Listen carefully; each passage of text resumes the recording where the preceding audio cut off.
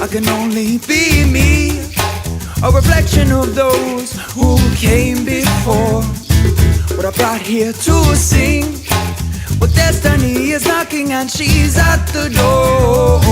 All I know is that I couldn't turn away even if I tried. All I know is that I couldn't live without the song I said is keeping me alive.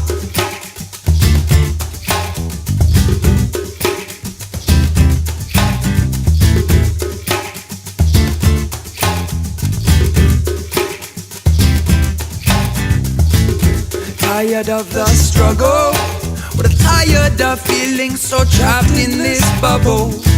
The face of the fire it has spoke, in a picture of me it awoke. Well, now I must answer to the higher one above me and you. My answer, my calling, my purpose, my breath. No dancer is falling, resurface, no death. So we are here to strengthen, we are here to summon all that is sacred and make it uncovered. Unified in purpose, most definitely. United and righted in our destiny. Hey, I can only be me, a reflection of those who came before. What I brought here to. Oh man.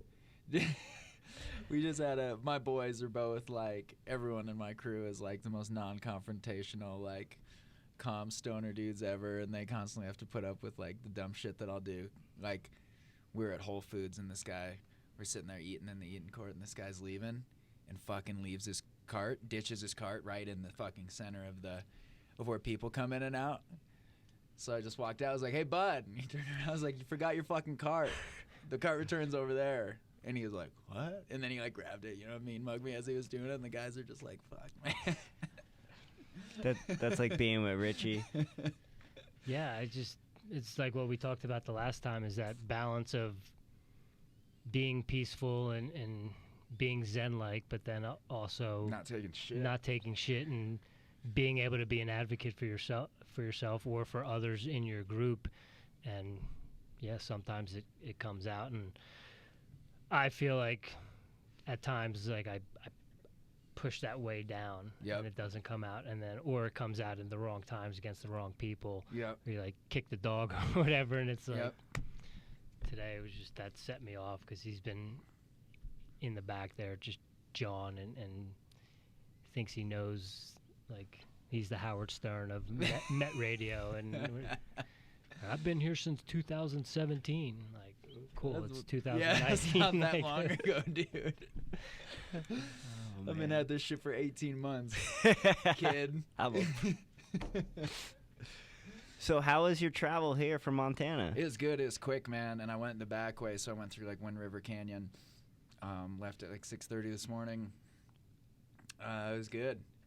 Yeah, it's always a beautiful drive. I mean, when you drive through that section of Wyoming, I think I saw 7 cars, and then the last few hours is on 25. But for the most part, you're driving through like God's country. Yeah.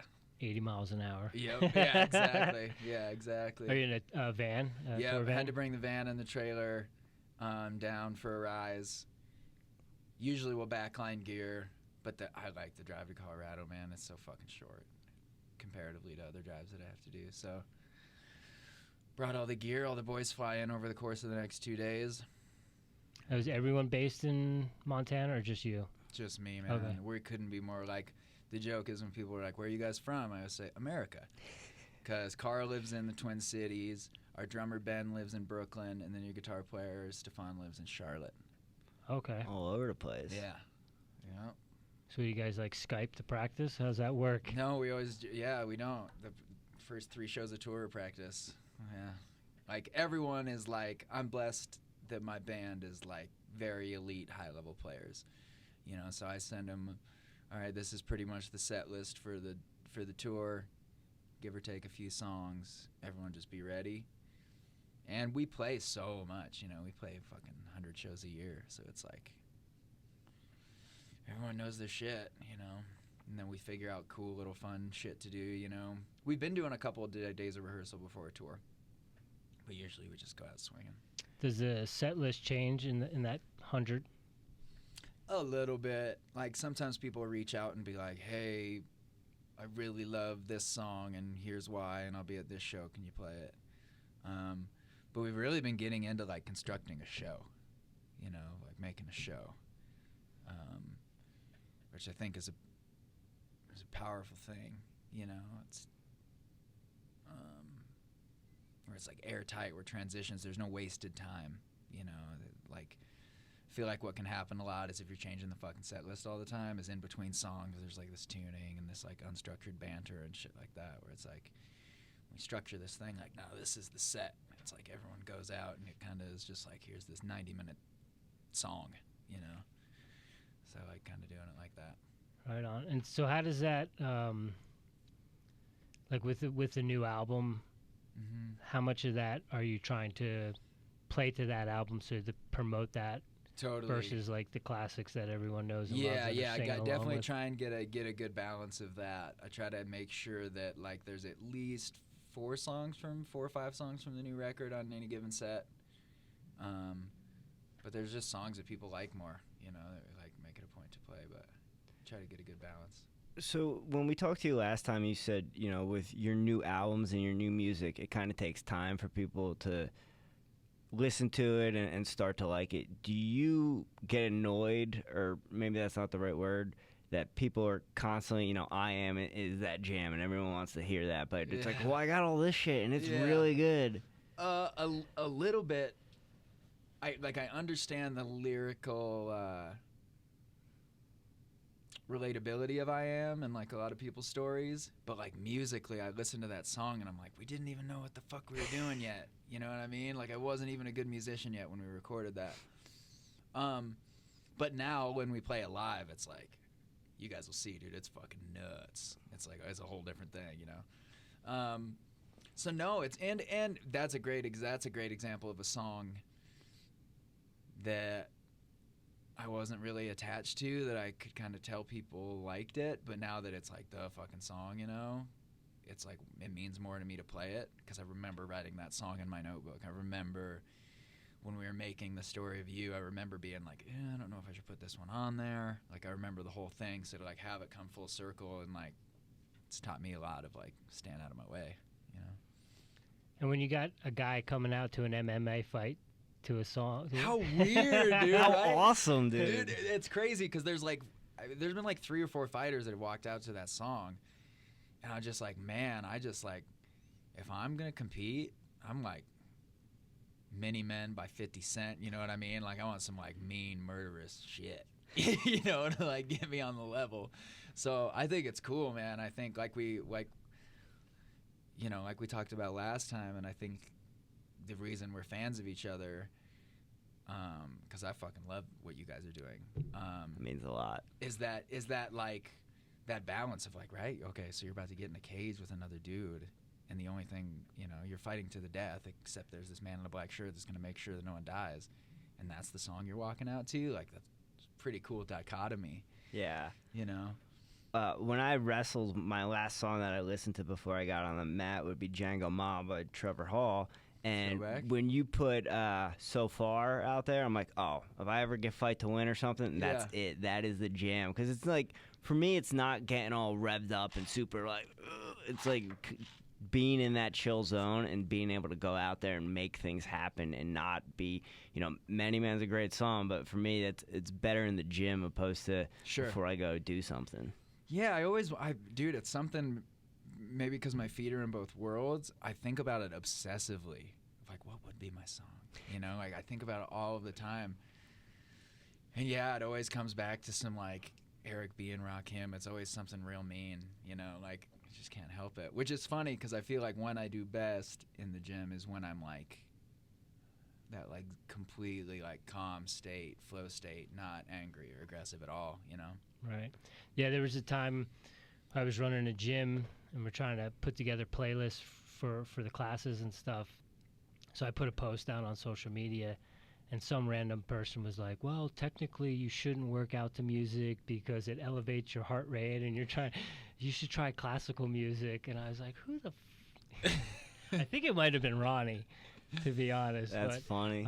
It's just like, I'm just trying to get the people what they want at the gym. Like, yeah, man. And like for me, especially with music plays such a huge role. Like at our gym, it's really interesting. Like we listen to a lot of like reggaeton and like stuff that's not in English when we're doing jiu-jitsu, and it's just this like boom, boom, boom. Like it's this background music, and you're like, it just kind of, it keeps this thing because everyone's obviously aggressive, but it seems to keep anything from like boiling over. There's like this thing, but like when I'm striking, hip hop, because it like keeps me in that, like it keeps my head moving. It like something about having hip hop in the background. That's like, I feel like it makes my striking better. Could be the weed. I don't know. Like, I feel both of them, yeah, dude. both of them together makes me feel smooth.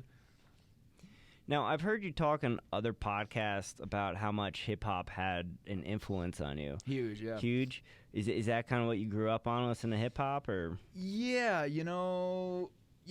like my mom was like super into country, and my dad listened to like cock rock. So like, but yeah, hip-hop was definitely the first kind of music that I found that I felt, I just love the wordplay. Like I remember when I started like just catching on to metaphors and like how clever shit was, and I would like know every word to a rap song, and then like weeks later, like some form of the wordplay would hit me, and I'd be like, oh, like there's one that I always come back to is there's this Method Man song where he says, now everyone's going front like my joints is on Proactive and they just don't bump. I remember the first time that clicked in my head of like, oh, like the acne medication, there's no bumps. Oh shit, like I just love that kind of writing, and I think the way I write is really fast. And I was just having this conversation with my manager earlier because I want to start like getting more hip hop artists involved with the music that I'm doing. Obviously, we're not starting in this studio, but in it, I just think the ability, if you're going to call yourself a writer, I should be able to like stop, write 16 right now, and like most hip hop artists that I like can do that. It's something I put a lot of weight on the pen. I think it's important. Now that we have you in studio, speaking of wordplay and what have you, one of my favorites is on your song "Free," and you said, "Call me Tupac Chopra." That is like that's the quote, dog. That was one that I wrote that I like right when I finished it was like, yeah, drop. I put the pen down. Was like nice. I was driving to a trailhead last summer, and that had came out on Spotify, and once you get to the certain spots on the trailheads in Leadville, you just lose all service. So like the last song you're listening to is pretty much the only song you're gonna hear all day, and that was it, dude. And I just kept on playing it back and back and back. Yeah, that was one of my favorite ones I've ever written. That whole verse, I remember we recorded that in a hotel room in Alaska, and Carl just had this beat, and I had torn my. So we took this gig in Alaska because they're like, it was like the Alaska Ice Climbing Festival or something, dude. It was in the middle of fucking nowhere, but they're like, you can go cat skiing. So my manager at the time, who also skis, was like, we'll go up there, we could fucking cat ski. I'm like, yeah, totally. I fucking tear my MCL in jiu-jitsu 2 weeks before we leave.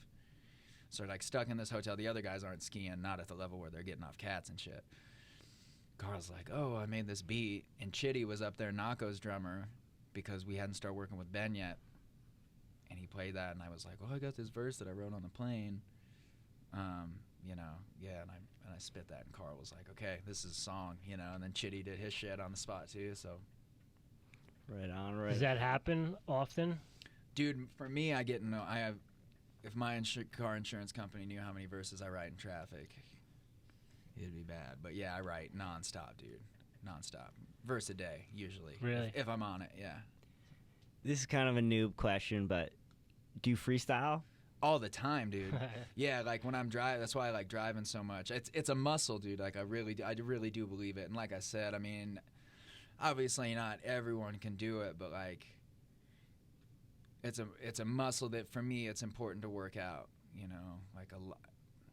Listen, I'm trying to get better as a guitar player. I'm never going to be a fucking John Mayer, but like I pride myself that on any given time, if someone fucking tosses me a mic and the beat doesn't suck, that I can get after it. So yeah, it's something that I like it's a muscle that I lift with a lot. Will we be seeing any Drew McManus emo auto-tune rap at any time? No, I don't think so. I had no idea that was such a genre until last night. I went to an event, and it was Auto-tune emo rap? It was emo rap, and I had no idea that was even such a thing. So I got schooled last night on emo rap, and I'm not hip to that either. Yeah, it's pretty cool. It's pretty interesting. It's a lot of like those little Nas X and sure, all the Xannies and what. Yeah, those that shit. I just like. I try not to, bash anyone's art because like at some point in time, someone told Jackson Pollock like you're not even painting, you're just fucking splashing shit on the canvas. He's one of the greatest American artists of all time. But with the little Xans and this whole like cult of personality based around like the least admirable characteristic traits of human existence, and like that's what makes you famous. Like, yeah, dude, this dude has like a severe drug problem and can barely read. It's awesome. It's like, what the fuck? Why does that dude have 5 million Instagram followers? Yeah, he's only 17. He has like 4 face tattoos. It's just like, oh, that was one of the requirements. Face tattoos, yeah, dude. Rainbow colored hair. Yeah, yeah, man. And it's funny too. Like, in the ones of them that are trying to, claim to be prolific in the world of criminology and shit like that, man, 6ix9ine sat in the clink for 2 fucking days before he's like, all right, you want to hear my best song ever? I'm telling on everybody. Yeah, not my cup of tea, man. That's something that I can fully put a stamp on of like, do not fuck with that genre of music. Well, so me, I'm gonna get into what he's probably about to get into, but to give you the background of why I listen to anything is the band H2O, punk band. Yes. Yeah. Yep. Toby Morris, he's all about poppage, and it's all about, not about what they're saying or whatever. I like the beat. I like the way it sounds. It makes me groove. So, guilty pleasure, Kevin Gates. I just love it. Before I'm going in the gym, I like it. It kind of makes me feel whatever. So, one day I was walking over here on a microdose, and I don't know if it was more than a microdose, an active dose, and I just was like, man, this energy of this music is just negative and just kind of bringing me in a bad space. Do you feel that with music? Just like where it puts you, what the message you're putting out? Dude, music, my connection to it is like so primal and deep. Like, I do got to be careful because, like I said, man, I'm a huge, substantial amount of my musical diet is hip-hop, and not just hip-hop, man, but I listen to a lot of just like straight, like Eric B. and Rakim and Mobb Deep and Wu-Tang and Pac and shit like that, and I gotta catch myself, man, and not just in the way of like, so much of it is based around like how one handles themselves in confrontation. So I start like, okay, so maybe someone cuts me off, if I'm listening to The Dead, I'm probably just like, all right, whatever, I guess that dude's in a hurry. Where it's like, if I'm listening to Pac, I might like zoom up next to him, like, what the it's like I gotta check that. But also dude, I think there's not just even positive and negative, but like a lot of, like the hardest thing, even amongst people that freestyle, be like, okay, freestyle, but don't tell me how cool you are. Like dude, you can't, because that's like what it's based in, right? So I try to be careful, and I try to keep it balanced and try to enjoy it from a moral distance and not go full in. But like if I'm going to the gym, it's like all anything in. goes. Yeah, fucking all in. Those weights are gonna get killed. Yep. Do you have a favorite old school hip hop artist? If you had to pick one. If I had to pick one, I firmly believe and stand behind, I think the most underrated and talented lyricist ever is Method Man. As far as like cleverness, lines, metaphors, like the shit that dude spits, it's just like, who are you even? So Method Man, have to say. But like Tribe, all that shit, man, all that 90s shit is all that boom bat. Mm-hmm. Yeah, that's my shit. Do you have any artists now that you're super into? Newer? Yeah. Ooh. I really like Hosier. The Bahamas last record was the shit. You guys check out the Bahamas. Their last record was like some of the greatest guitar sounds and songwriting ever. That's all I can think of as far as new shit. Like, my friends make pretty dope tunes. Right on. What about like Logic or Love Logic, yeah. his last record. Like, man, for that kid to go from making like trap style music, because like, you know, it was popular and he's always been sick with the pen, but to come out and just make a boom bap record and then to have a fucking track with Wu-Tang on it, like literally every living member of the Wu-Tang Clan, like if that's not a nod from the culture of like, yeah, we fuck with this kid, like that record for me, and he says it a few times in it, is like, you're top 5, dude. You just strolled on in there. And he's yoked now. Yeah, dude. It's funny seeing it. Dude, Method Man is fucking jacked now too. It's really? like, yeah, man, health is the new fucking, like, that's the thing. It's cool seeing people get on that tip and realize how important it is. Like, for me, I don't think I could do anything that I do without, like, diet and exercise at the forefront of what I'm doing. It's, like, such a huge part of everything. So it's cool seeing that catch on. Have you always been like that with diet and exercise? No. Fuck no. What was the change there? I don't know, man. A few years ago, one thing was, I've always been a skinny dude. But, you know, I remember, you know, not to call my wife, but I remember one time we were watching this YouTube video like 3 years ago or so, and the dude in the video was like super skinny. I was like, man, that motherfucker doesn't look good. And she's like, you're that skinny? And I was like, no, I'm not. She's like, yeah, you are. And I was like, oh, well, shit.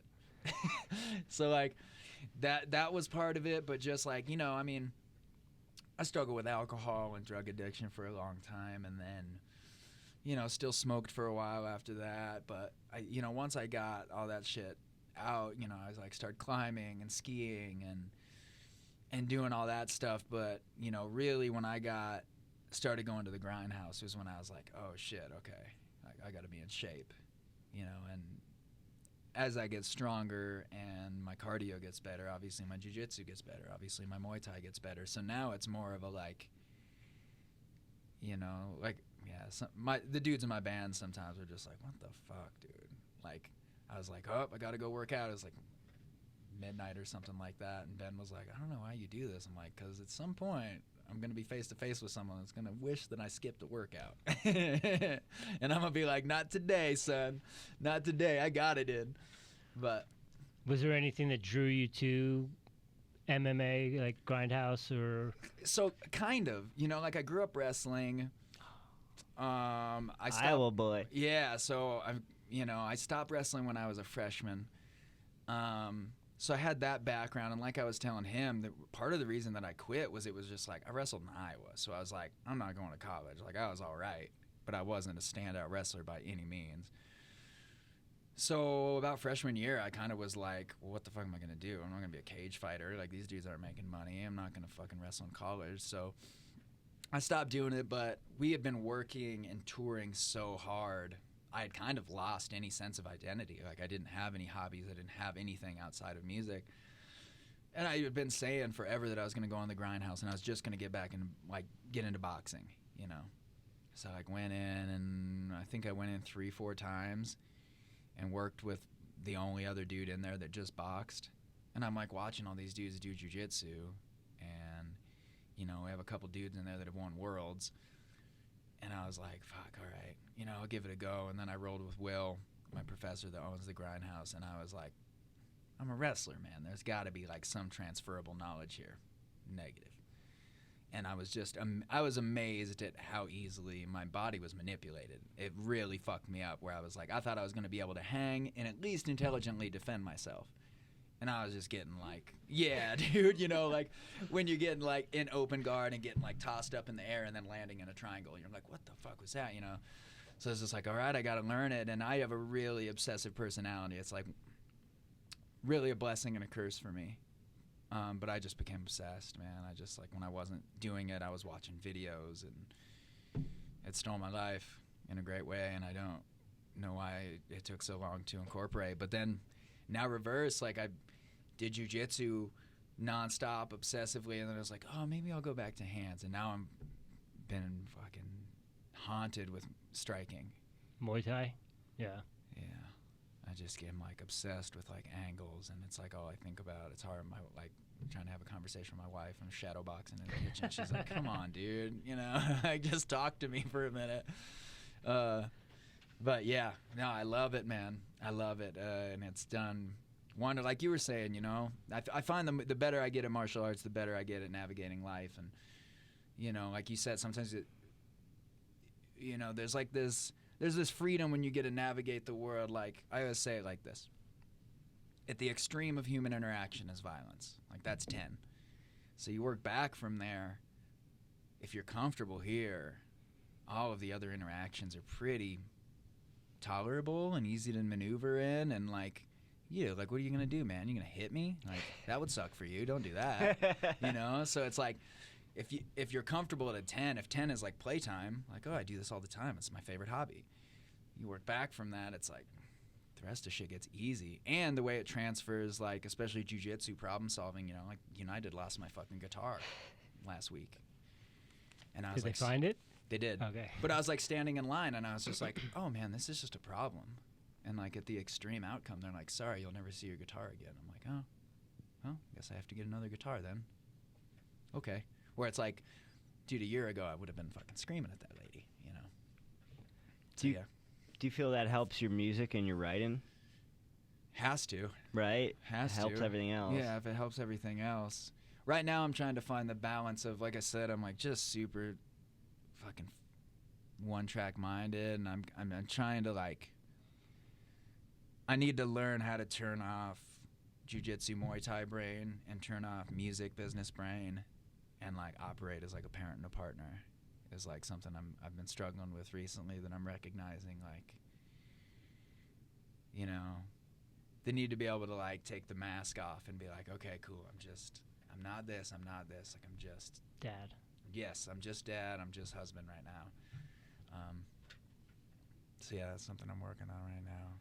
What do you think the disconnect is there, or the problem?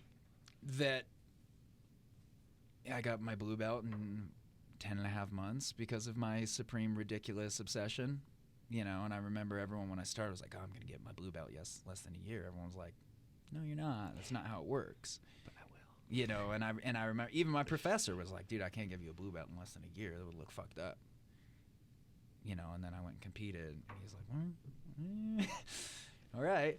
And then music business too, you know. I'm like, my laser focus, like, we've grown faster than most people do, you know. And I mean, we got, as far as I'm concerned, we're just getting started, but it's like there's a high reward to that level of focus. So I need to start putting that level of focus into my family and start reaping those kind of rewards, you know. Yeah, it's interesting because I find that too, where with certain situations or certain activities, I can be like zeroed in, super focused, balls to the wall, go big or go home. And then other aspects of my life where it's like, why doesn't this carry over into this situation of getting the business to where it needs to be or getting that next client? So I struggle with that myself, where it's like, why are yeah, it's where's hard. the crossover? Yeah, it's hard too, because there's this like, I don't know, you know, I'm just starting to recognize, really, I feel like one thing that training does too is, right, you're never going to, even if you're a Muay Thai master, there's like still holes, you know. Even Ben Askren gets put on his ass. You know, so, and I think about that a lot, is like, there's guys like, I mean, fuck, you guys just had Ben Eddie on the podcast, like, dudes get him every once in a while, you know what I mean? So it's like, I've been really taking that mind frame and trying to look at other aspects of my life and try to find the holes, you know. Like, my big hole in jiu-jitsu is like defending leg locks. Like, I suck at defending leg locks. But in other aspects of my life, like, I'm kind of just starting to see that, like, some of my personality traits that are my greatest assets are also some of my biggest flaws. So it's like, that's the hardest thing ever to deal with. It's like, hey man, you know, this thing that like creates gold for you, you know, also your weakness. it also affects all your personal relationships in kind of a negative way, and like it makes people around you think that you might be autistic. You know what I mean? Dude, I feel you on the, your strength being your weakness, dude. And I feel autistic sometimes too, dude. So we can relate. But Didn't exist when I was in school. No, dude. And this thing too of like, I kind of have a chip on my shoulder, man, and and I see the way other people operate, and I don't fucking like it, and it makes me angry. So it makes me want to change the way I do things, and I get, my hyper focus sometimes can be on the wrong shit. It can be more on like all of the things that are wrong that need fixing, rather than like, okay, well, let's just double down on this because this is working and it feels good and it's right. I'm always like, but I can't defend leg locks. It's like always what I'm not doing right. So not to get off subject, but you just mentioned leg locks. I'm just curious, is it the fear of your shit blown out and not being able to train or have to get surgery which makes you not like leg locks? Because I know that was the problem for me, and then once I kind of got those small little details and realized, hey, all I have to do is clear the knee line and you can't do anything to me, it opened up a whole new world. Yeah, I don't know what it is. I have like fucking PTSD. There's this guy named Lane in our gym. He's like 200 pounds and only does leg locks. Only does leg locks. And he's one of the few people, like usually people that have a one-dimensional game, I can watch him for a day, watch him for an hour, and be like, there it is. Like, I pride myself on getting to people's backs. It's like if I can get a body triangle on you from, like if I'm in a closed guard and I get a body triangle, you're fucked. I'm getting on your back. But with him, I can go in and know he's going to leg lock me, and I still can't stop it. And I think there's just so many of the leg entries now are just so abrupt and just like, oh shit, that it's like, yeah, I've torn my MCL before, so like that fear of like going belly down to clear the knee line and then pull my leg out. I'm just like, but what if I panic and turn the wrong way, and then I'm just like, oh, there went my knee. I don't know, man. And it's like, it almost keeps me from competing sometimes too, because I'm just like, shit, dude, you get above blue belt and it's just like, that's the game now. That's just like the game that everyone's playing.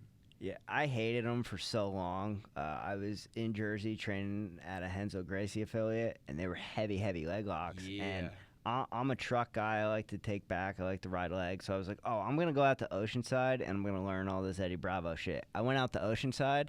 They were doing nothing but leg locks. So I was like, oh, you got no choice right now. And it took a minute for sure, but I feel like just like anything else in jiu-jitsu is just that time aspect. Yeah, more time on the fire. I think that's what I got to do. I've been privileged, both financially and just the crew that I have of like how I learned jiu-jitsu. I think I've been to maybe 6 classes, like actual classes.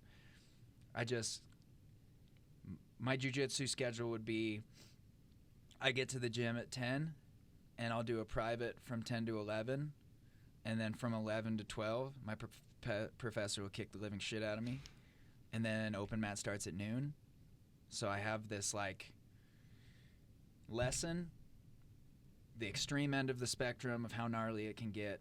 And then by the time I'm rolling with people that are like purple belt and below, even guys that are way better than me, I'm just like, okay, well, at least this seems like a solvable problem. Like when I roll with Will, I'm just like, what is this? Like, this is like, it's so crazy that this level of jiu-jitsu exists,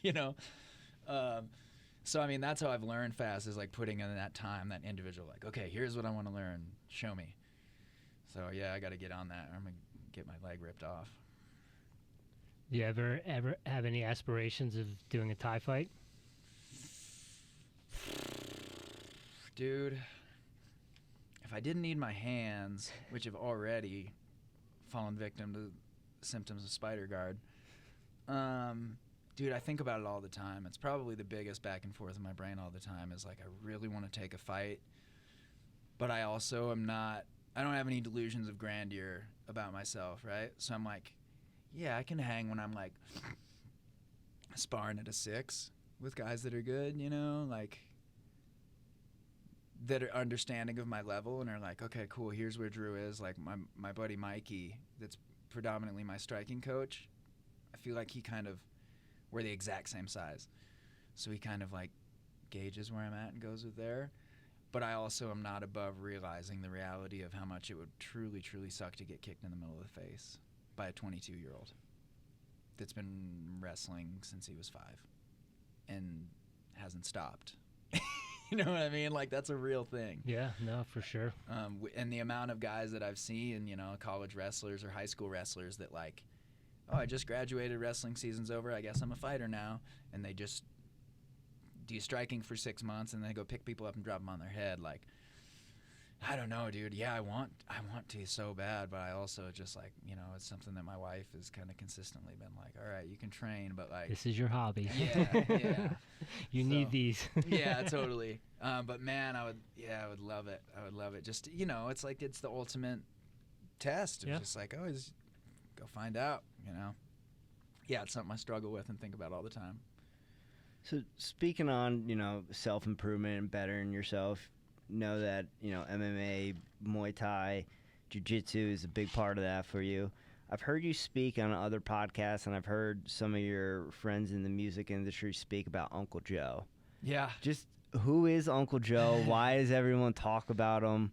Why can't I find him online? What does he do? So JoJo is an alien.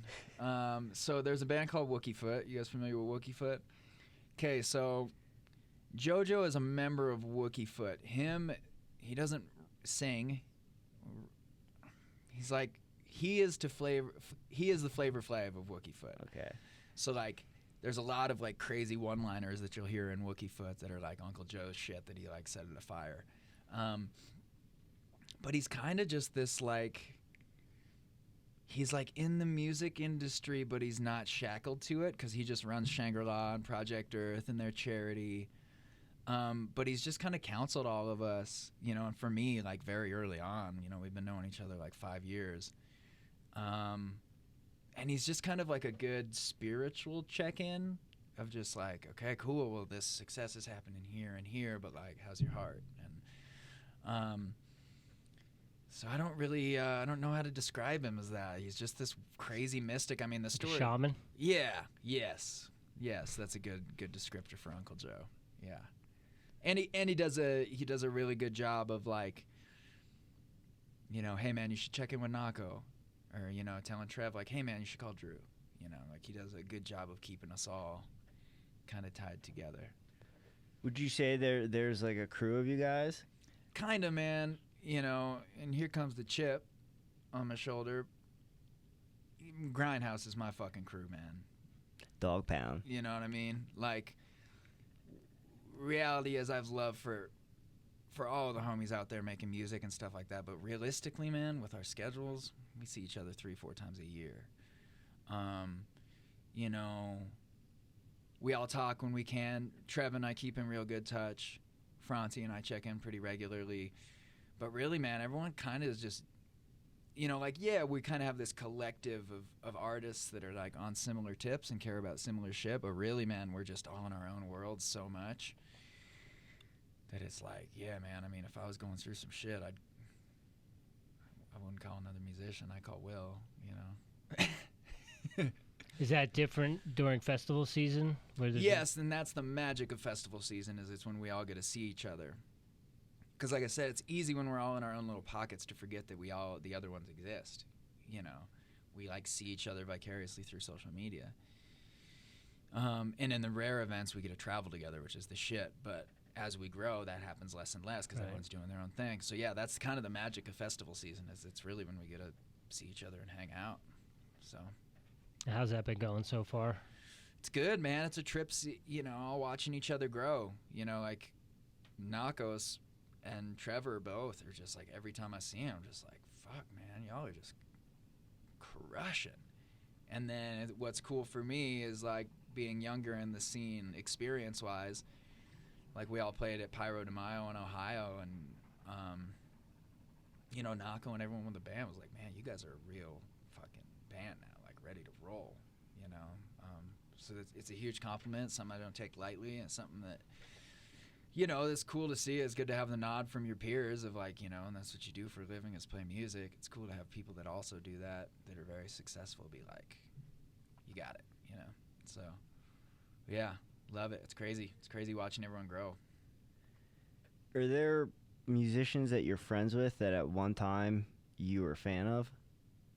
All of them. Yeah. You know. Do you have to pinch yourself at times? With Franti, a couple times. You know, we were on tour there last year, and we had 2 days off in San Francisco, and I stayed at his house.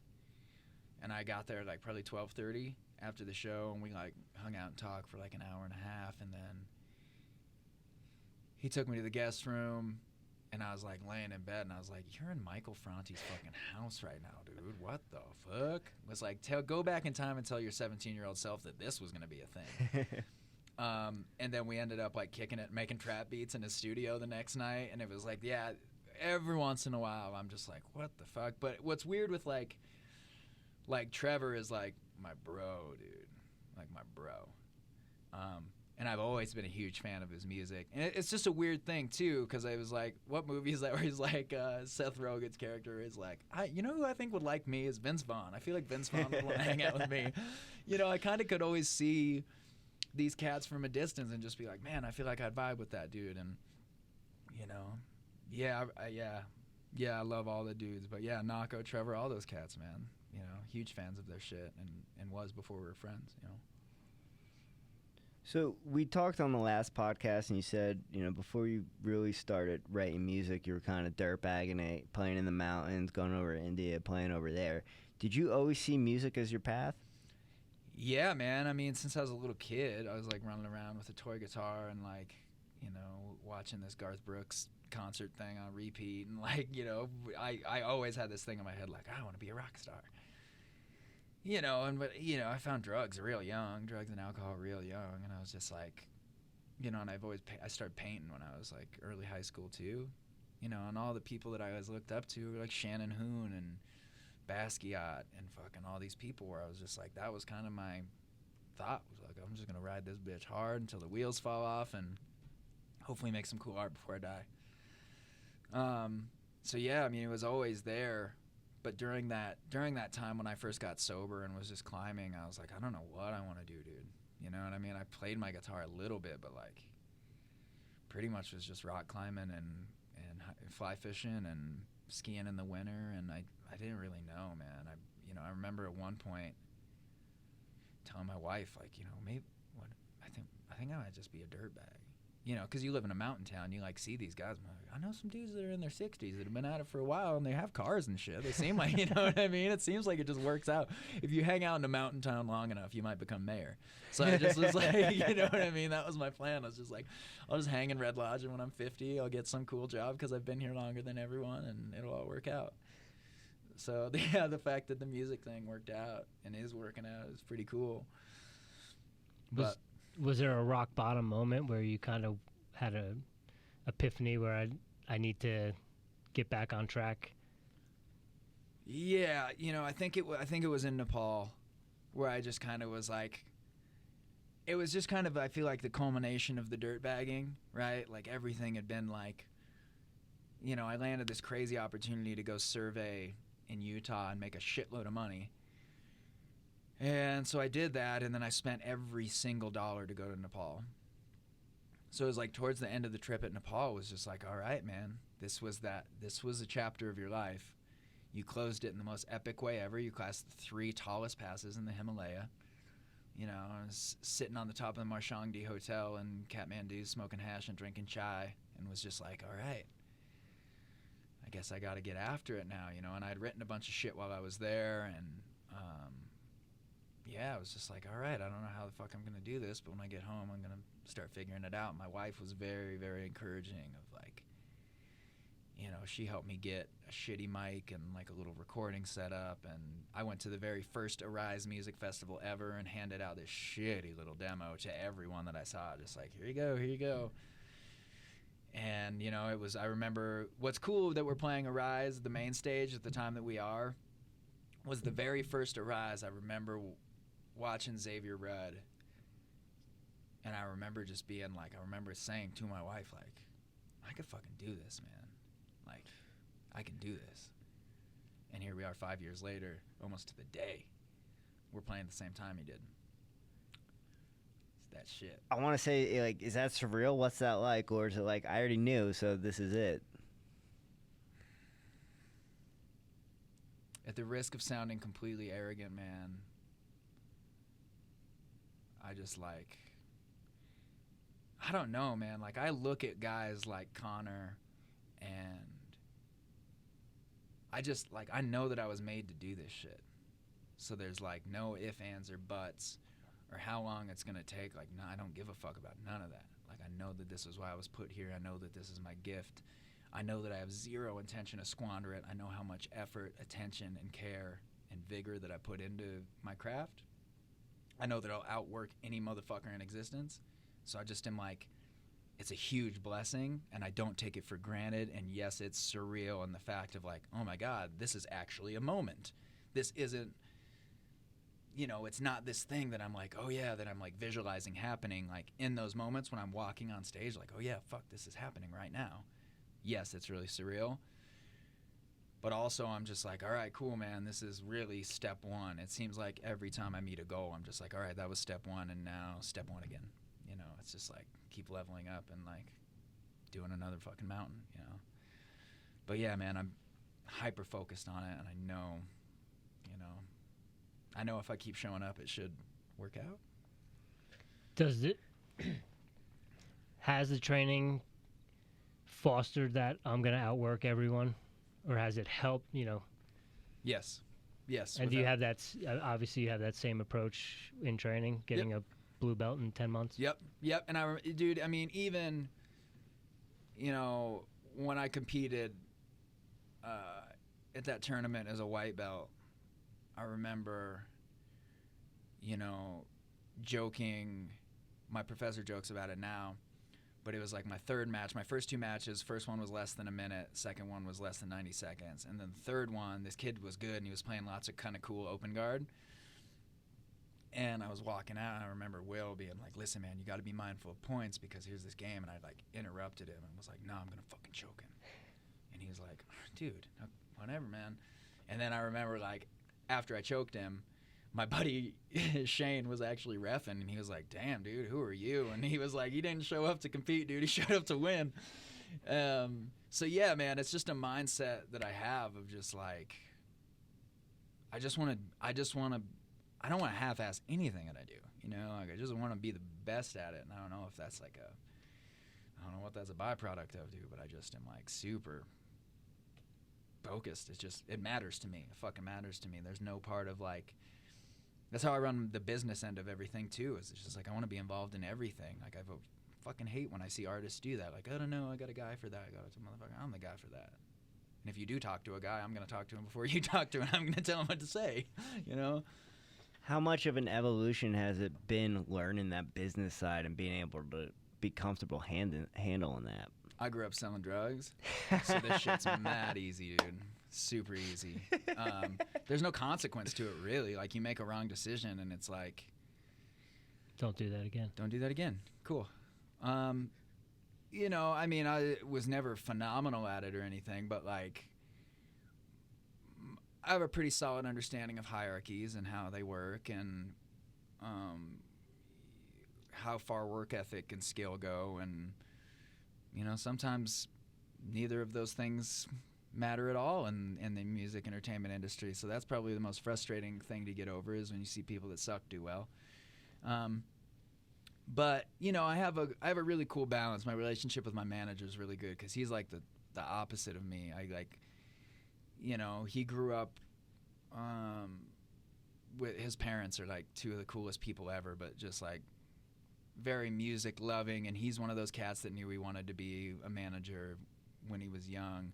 But we're the same age, but he has a completely different, you know, he grew up with like with a little bit of money, so he doesn't have this like, you know, there's a guy that owed us money the other week, and we both obviously have very different approaches of how it was to be handled. And so we play off each other really well, where it's just like I go here, he goes here, and then we meet in the middle, and we're like, okay, cool, I'll be like this. So yeah, I've been blessed to have great people around me, and Trevor, Franti, Nako. I have just like countless people that I can call, you know, especially Trev and Franti, man. Those dudes never don't pick up the phone. You know, Franti is always on tour and working on 3 documentaries and a new single, and still hits me back, you know. So yeah, I'm blessed to have good counsel. So talking about that laser focus and just knowing, like, this is my deal, I'm here to do this. Do you get nervous at all? That's what I was going to ask. Before I play? Yeah. Nah, this is it. This is my purpose. Yeah, man, I kind of am just like everything else that I do. And just kind of fucking around until I get to do that again. So yeah, I mean, that minute right before we get on stage is this like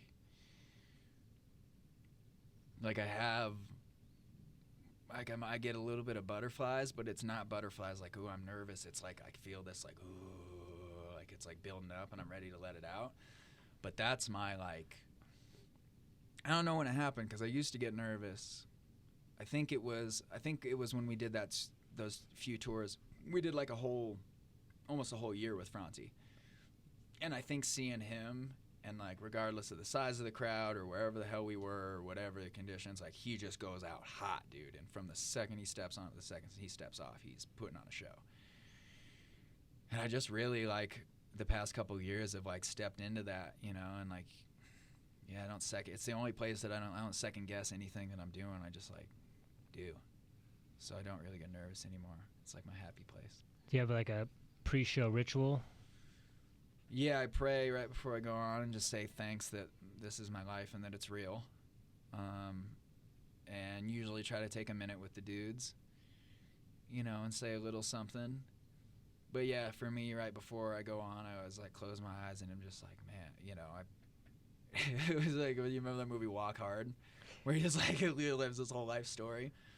You know, again, I don't know if it's the chip or whatever, you know, but it's a dream, man. It's a fucking dream to me because as much as I wanted it when I was a kid and all that, you know, there's lots of people that want lots of shit. There's lots of people that wanted to grow up and like I said, dude, you know, we sell 200, 300, 400 tickets a night if we're lucky. And I still am just like beyond grateful for it, man. It fucking blows me away. So the fact that that's what I do to feed my family, I get to go play songs I wrote in front of people that want to hear songs I wrote with my best friends. Yeah, I say thanks. That's what I do before I get on stage, is I say thanks. You're literally living the dream. Yes, yes, actual, yeah. Yeah, and I don't ever want to lose sight of that. So like gratitude is my main prayer. It's like, thanks. Super grateful. Have you ever come across people that have lost sight of that? Yeah. Yeah, I think a lot of people do, man, especially when you're drinking and chasing girls and doing drugs. It's like, dude, that debauchery shit, man. I see cats. It's an easy thing. Drugs and alcohol are the peace offering in the music industry. Like, oh, good job, you made it here. Become intoxicated. Good job. So it's like, yeah, you see people get caught in that cycle. They don't even know what they're doing. They're just like in this like autopilot where it's like, bro, you're fucking playing in front of 1,000 people a night. Like, how are you not here for this? You know what I mean, dude? Be here for this. And it's going to go away. It doesn't matter how fucking big you are or how sustainable you think your career is. This is the entertainment industry, man. Whether you're an actor, a singer, whatever, it's a day, man. You got some time while that sun's out, and I'll be damned if I'm going to be fucking not remember it. Like, that's wild. So yeah, man, I see a lot of people that I don't believe are in it. I don't even think they think about it. They're just like, oh yeah, this is just what I do. Not for me.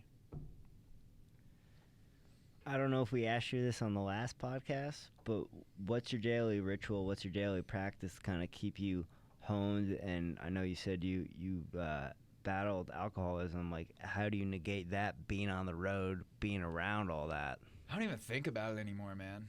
I just am like, it just doesn't even pop in my head. Like, I think I've just structured my life in such a way that I don't even have to think about it anymore. Like, you know, when I'm on the road, it's different, you know, because we usually wake up and drive. I make it a point to exercise at least 5 days a week. Drink way more coffee than I should on the road. But yeah, when I'm home, you know, I'm kind of trying to evolve my ritual, because what I've found is that I wake up like 6:30. I try to have like an hour or so before everyone else in my house is up, because we got a baby and other kids, and so I try to wake up before everyone else to have a little bit of time. But literally, I make coffee and then I like dive right into work. You know, like I'm on my computer and my phone within like 3 minutes of being awake, and I recognize that that's not good. So I'm trying to adjust that. But yeah, man, when I'm home, it's different because I'm typically with the baby all day on days that I don't train. And then wife gets home, we all do dinner together, and then usually when everyone goes to bed is when I go to the gym at night. Night owl. Yeah. There's this one other guy that goes there too, and we've like never said a word to each other, but every time we see each other, we're like, That's awesome. fuck yeah, nod. getting it at 10:30. Yeah. Yep. So I know you probably have fans, people telling you, "Oh, this is my favorite song of Satsang." What's your favorite Satsang song? So far. Right Yeah, on. reason being, like I said, usually I write really fast. You know, the quick story behind that song was the first verse was written right before we did our first run of shows with Franti. So we had done a few shows with him in Florida, and then we found out that he offered us the rest of the year. So it was like, you know, and I spent all but like $17 in my account to get to Florida to play these shows with Franti, because in my mind I was like, okay, well, we're playing this venue in St. Pete where the green room is on a balcony. There's no way he's not going to watch our set. If he watches our set, there's no way he's not going to want us to open for him. That's a lot. That's a lot of fucking chips to put in on that hand. And I put all of them in. And that's what happened. So the first verse was written within 15 minutes after finding out that Michael Franti wanted us to go on tour with him. Then went touring so hard that my relationship with my wife and my kids was strained. I didn't have any sense of identity.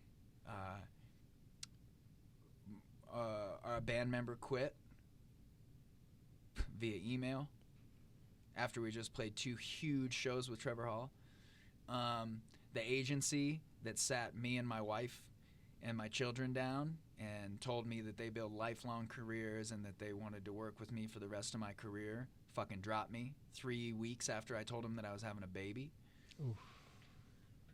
So fall of 17, it all hit the fan. Hit the motherfucking fan. And I was just like, it's the closest I come to quitting.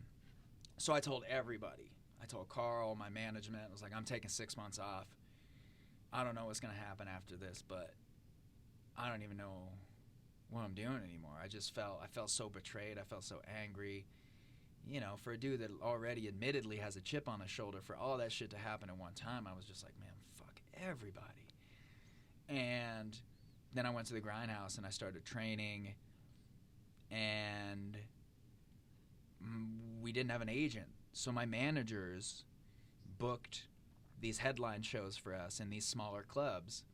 We had no idea what was going to happen. We're just like, all right, I guess we'll go back on tour and we'll fucking see what happens. And we sold out all but 4 shows. And it was just kind of this like, whoa, you know? And I went from like the deepest depression of my life to giving my life to martial arts for 6 months to having my son, and then to go back out and be received by everyone and be like, we have fans now? What the fuck? We have fans? And I had left this verse vacant because there was like 3 or 4 different artists that I wanted to be on so far, and we were in Asheville, North Carolina, and I was like, fuck this, man, I'll write a verse right now. And I did, and I wrote verse 2. So it was like, it's the only song I've ever written in my life with this like huge disparity and almost a year between verses, you know, over a year between verses. And then what I went through between verse 1 and verse 2, like I listen to that song still and I just like, man, and that's really my baby laughing in there, like, you know what I mean? Yeah, everything about that song, man, it means so much to me. When that song was released, we had just got back to Denver from Jersey. We had some stuff going on. We didn't know where we were going to live. We both weren't in the best of moods, and I was listening to it, and you were popping me with the lyrics. Like, oh, man, Grindhouse. Oh, no, oh. Yeah. And it was just, yeah, that song speaks to me, sings to me. I love that song. Thanks, man. Yeah, it's my fave. It's my favorite for sure. And everyone at the gym, man, having a Grindhouse shout-out on a song, they were, like, super fucking stoked on that, you know? So before we get out of here, we're running out of time, unfortunately. There were some studio issues. If there's anything you want the people to know about Drew, let them know here and let them know where they can find you and what's going on. First thing you should know about Drew is if you come up to meet me at a show or something like that, like sometimes I meet people that are like nervous to meet me. That trips me out because I'm like a very, very imperfect dude. I'm dedicated to working on myself, but I'm like a super imperfect dude. Probably struggle with all the same shit you do. Probably more because my brain is such a mess.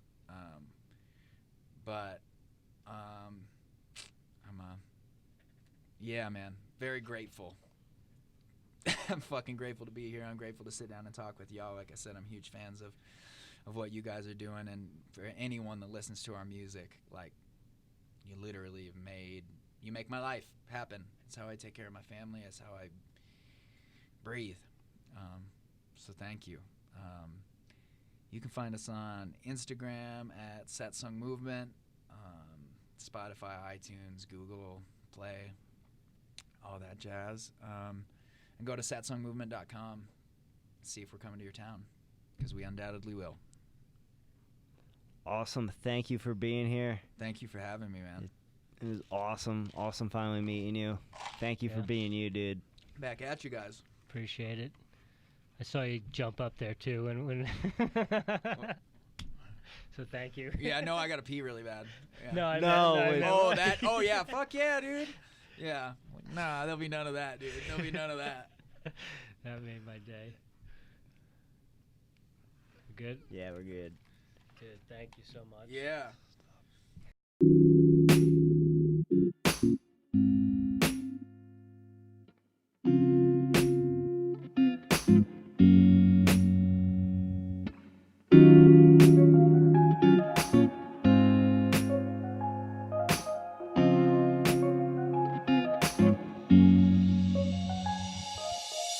Like I'm walking with my eyes closed and feeling this intuition I don't understand. Trying to hear the message, people that keep on stressing, tell me what am I supposed to do. There are times in my day, sitting and contemplating the things they say, living a life that only fits their ways. It seems to be a simple type of point of view, and I'm getting tired. My patience has expired. There's a shifting in the wind, there's a change coming in. I'm tired of all the lies they seem to rise and we don't. Says I ain't got time for this, I ain't got time for this. You can do you, I'ma do me. Y'all stay shackled up, but I gotta be free. I gotta be free. I gotta be free. I said free, like I'm working for myself, like I'm managing my health, and I know that God's wealth said I gotta be free. Said I'ma give them all of me, Jordans and some olive beats. Minimal apologies for those that wanna follow me. They probably know that I'm a spiritual anomaly. The evil doesn't call to me and know that it will follow me. So honestly, I ain't really worried about shit. My light come from God, so it always stay lit. Look what he handed me, gave me a family. So this is what I'm managing while Babylon is babbling. Stand ready and willing to balance it when the fight come. Not like the other ones that might run frightened. We look the doubter in the eye, throw him into the sky. Said we born to fly in times to do or die. So I'ma do it all and blend the culture like Common did with Oprah. They about to call me Tupac Chopra. I know that I am here and what I'm here for. A warrior in the garden, not a gardener in the war. Says I ain't got time for this, I ain't got time for this. You can do you, I'ma do me. Y'all stay shackled up, but I gotta be free. I gotta be free. I gotta be free. I said free, like I'm working for myself, like I'm managing my health, and I know that God's wealth said I gotta be free. I gotta be free. I ain't got time for this, I ain't got time for this. I gotta be free. I'ma do me. Y'all stay shackled up, but I gotta be free. I ain't got time, I ain't got time for this. I ain't got time for this. I gotta be you, I'ma do me. Y'all stay shackled up, but I gotta be free. I gotta be free. I ain't got time for this, I ain't got time for this. I gotta be free. I'ma do me. Y'all stay shackled up, but I gotta be free. I ain't got time, I ain't got time for this. I ain't got time for this. I You got can to do be you, free. I'ma do me. Y'all stay shackled up, but I gotta be free.